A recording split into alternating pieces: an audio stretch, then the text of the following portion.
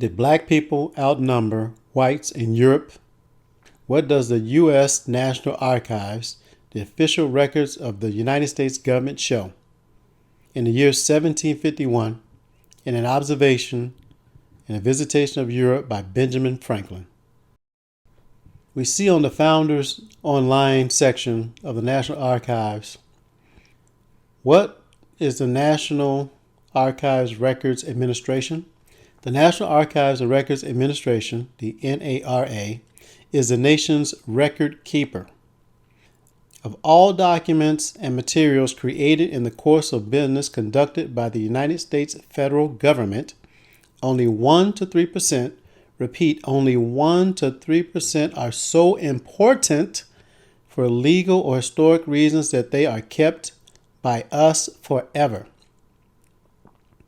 Those valuable records are preserved and are available to you whether you want to see if they contain clues about your family's history, need to prove a veteran's military service, or are researching a historical topic that interests you. Now let's get on to the topic of Benjamin Franklin's observations concerning the increase of population in 1751. This is the face page of it, and we're going to read the top portion. Observations concerning the increase of mankind in 1751. Printed in William Clark. Observations on the late and present conduct of the French with regard to their encroachments upon the British colonies in North America. To which is added, wrote by another hand, observations concerning the increase of mankind, peopling of countries, and Boston. Printed and sold by S. Nealon in Queen Street in the year 1755. It's also contained in the Yale University Library. The observations contain 24 observations.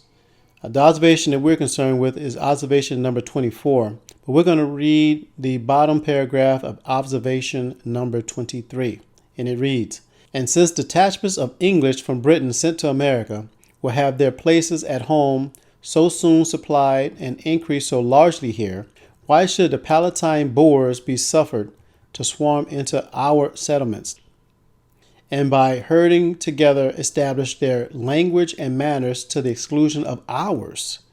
Talking about the British. "Why should Pennsylvania, founded by the English, become a colony of aliens who will shortly be so numerous as to Germanize us instead of our anglifying them, and will never adopt our language or customs any more than they can acquire our complexion?" So the complexion of the Germans that came here was different from the complexion of those that came from England.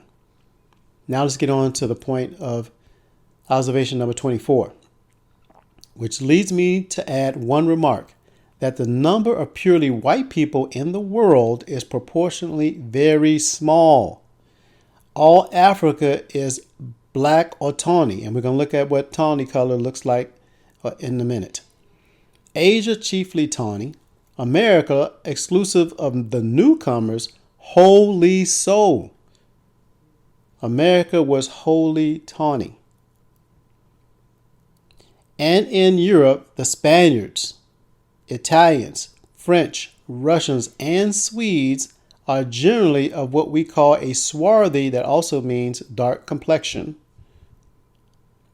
as are the Germans also, the Saxons only excepted, who with the English make the principal body of white people on the face of the earth. I could wish that their numbers were increased. And while we are, as I may call it, scouring our planet by clearing America of woods, and so making this side of our globe reflect a brighter light to the eyes of inhabitants in Mars or Venus, why should we, in the sight of superior beings, darken its people? Why increase the sons of Africa by planting them in America, where we have so fair an opportunity, by excluding all blacks and tawnies, of increasing the lovely white and red? But perhaps I am partial to the complexion of my country, for such kind of partiality is natural to mankind. These are the words of Benjamin Franklin. The Cambridge University Dictionary definition of tawny. It says of a light yellowish brown color like that of a lion. And to the right you see two lions.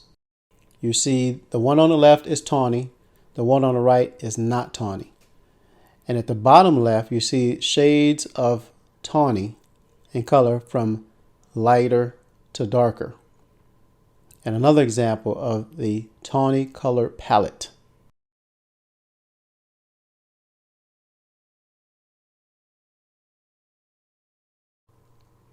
Benjamin Franklin also mentioned that the peoples were swarthy that he saw. The Cambridge University Dictionary defines swarthy as having a dark or slightly dark skin. Top right, we see the English to Russian dictionary, and we will see synonyms for the word swarthy. They are black, colored, that sounds familiar, doesn't it?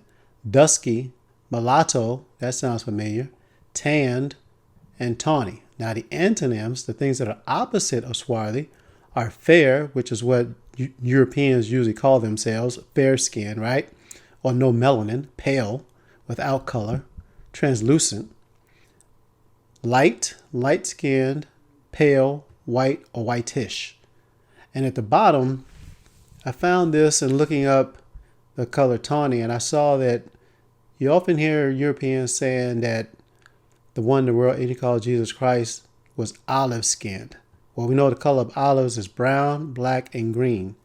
And this shows the skin color classification and what they designate as a color olive, and it is still a shade of brown, not pale, not without color, not translucent. I hope this has been edifying to the viewers, and all praises to the Most High Yahweh in the name of His only begotten Son, Yahweh Shai Mashiach.